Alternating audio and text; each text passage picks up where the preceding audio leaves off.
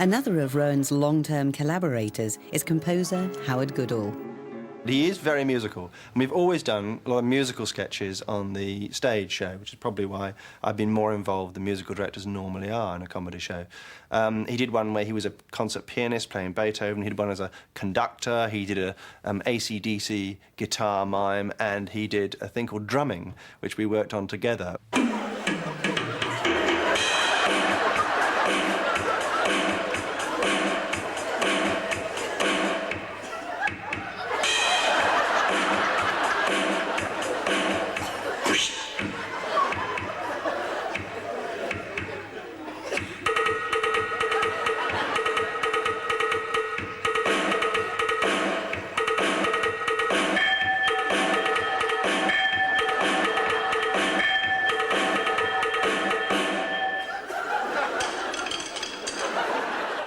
Well, I was friendly with Richard Curtis, and he was in those days Rowan's straight man.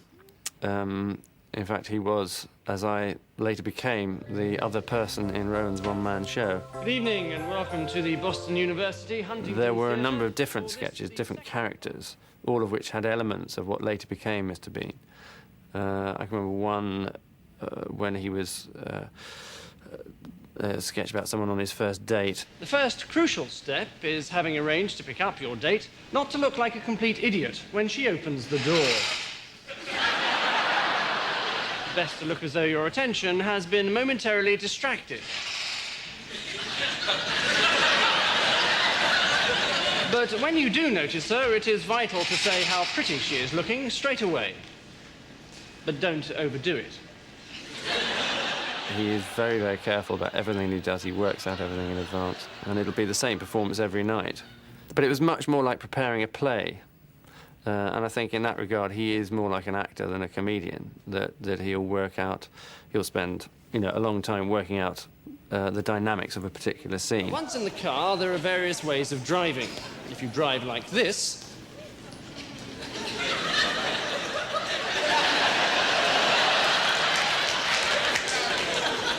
you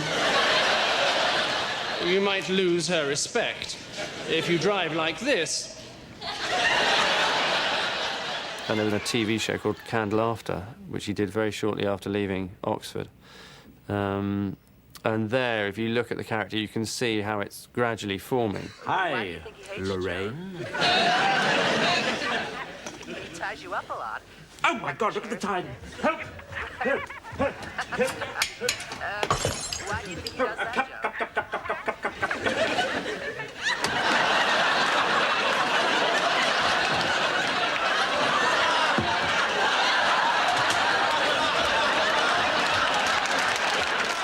Richard Curtis and I were writing a full stage review for Rowan with lots of different sketches, and we wrote a couple of silent ones for him, one of which was called Cheating, which I was particularly involved in, and, well, we co-wrote the whole show.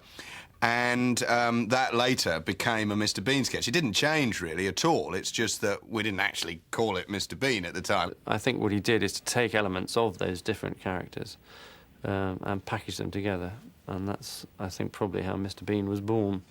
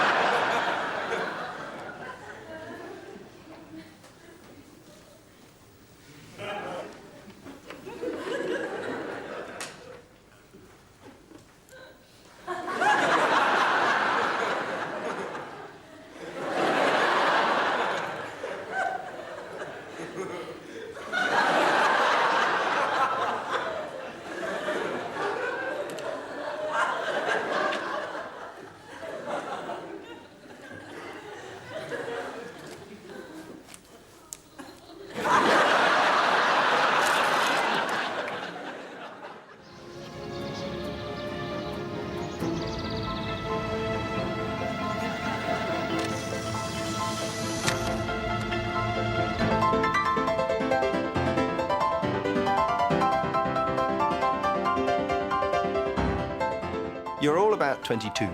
You're touring with one of the great comic geniuses of the century. And you're still 22, and you're 3 friends. So how do you handle that? Because obviously the minute Rowan walks on stage, he has 5,000 people or 3,000 people in the palm of his hand. And it's an extraordinary gift, and we don't really discuss it very much, but that's what's happening. Hello. It's nice to see you all here. Now, as the more perceptive of you have probably realized by now, this is hell. And I am the devil. Good evening. But you can call me Toby, if you like. We try to keep things informal here, as well as infernal. That's just a little joke of mine. I tell it every time. Now, murderers. Murderers, over here, please. Thank you. Looters and pillagers over here. Thieves, if you could join them. And lawyers. You're in that lot. Villains are always more fun to play than good guys. That's a well-known fact. I enjoy characters who have a vindictiveness in them. I always have done it. In the end, it's just more fun. There was a very funny moment when I first sent him the script of the tall guy, and the character that he eventually played was at that point called Rowan Atkinson, just as a joke. And he rang me up and asked me which part I wanted him to play. It was somewhat based on his real-life, I guess, experiences with Richard Curtis, who wrote The Tall Guy, brilliant man that he is, and funny script that it is, and because he played something of the same part in Rowan's one-man show.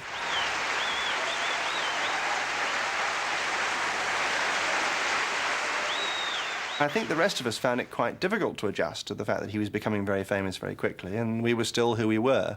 And this was way before Richard had become a well-known writer in his own right, so I think there was quite a lot of adjustment to be done in terms of that. And I think, especially for Rowan, difficult for him to adjust as his friends were always wondering whether he was going to buy the meal or not. The only thing in which Rowe was naughty during the stage show is he did have a lot of trouble describing it as anything but a one-man show. I remember saying to him once, pointing at the poster which said Rowan Atkinson in his one-man show, and saying, don't you think that poster's slightly strange? And he said, oh, yes, that typeface should be in green and not yellow. So I thought, well, I won't push it.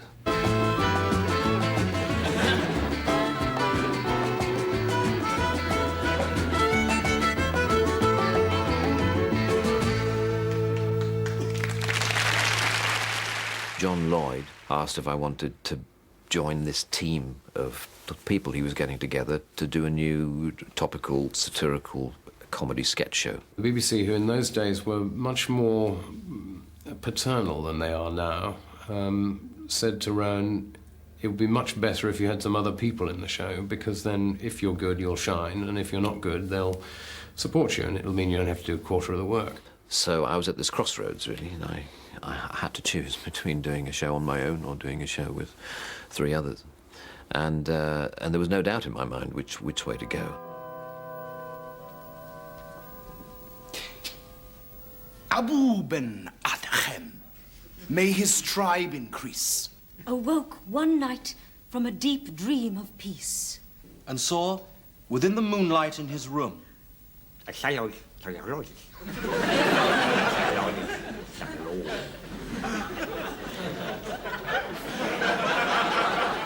and to the presence in his room, he said, what writest thou?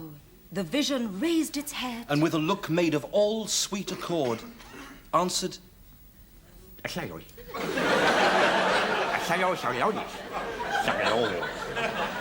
was only rarely in Not the 9 O'Clock News that, that my special interest in visual comedy was ever allowed to burst through. The rest of you will watch a mime called, and if there's any sniggering, there'll be trouble, Alternative Car Park. I said...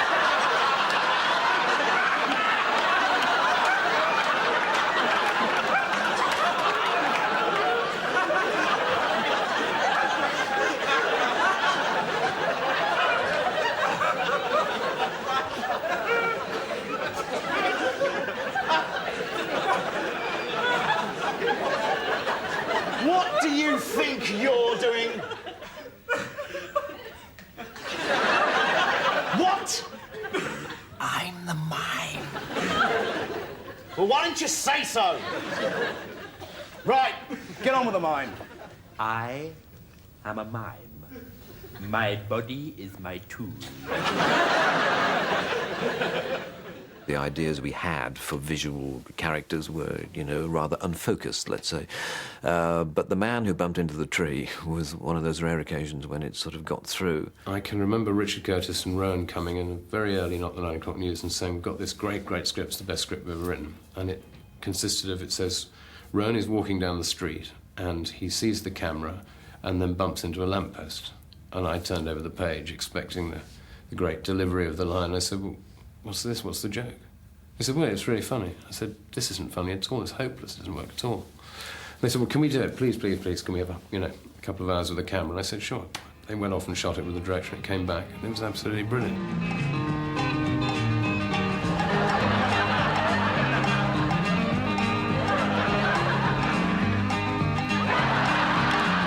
It's that shock that you've been working comedy for 5, 6, 7 years, and somebody comes along and says, there's another way of doing this.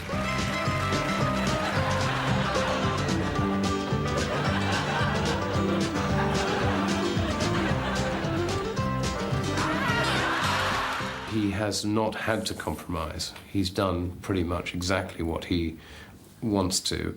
The compromises he's made have generally been so as not to upset his mother, you know, not to say too many rude words because she might not like it.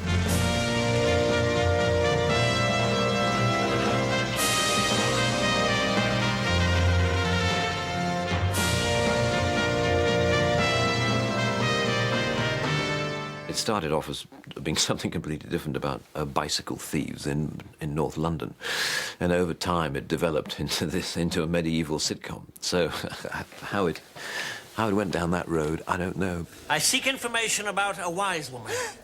The wise woman. The wise woman. Yes, the wise woman. 2 things, my lord, must ye know of the wise woman. Yes? First, she is a woman.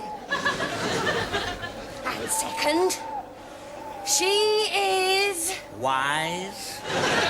You do know her, then? No, just a wild stab in the dark, which is incidentally what you'll be getting if you don't start being a bit more helpful. I delighted in Blackadder in those very long, ornate things, you know. Baldric, that's the most disgusting thing I've seen. Since Cardinal Wolsey got his knob out at Hampton Court and stood at the end of the passage pretending to be a door. Oh, shut up, Balders. You'd laugh at a Shakespeare comedy. The Blackadders were very complicated by the end, it has to be said, because there were, 6 or 7 people working in a room, all of whom were capable on their own of developing entire projects, attempting to squeeze all their creative energy into a 2-dimensional situation comedy. Permission to sing boisterously, sir. If you must. Row, row, row your punt gently down the stream. Belts off, trousers down, isn't life a scream?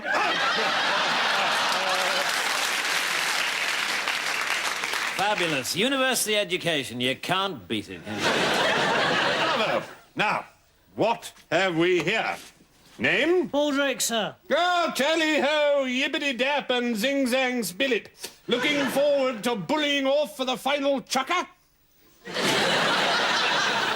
Answer the General, Baldric. I can't answer him, sir. I don't know what he's talking about.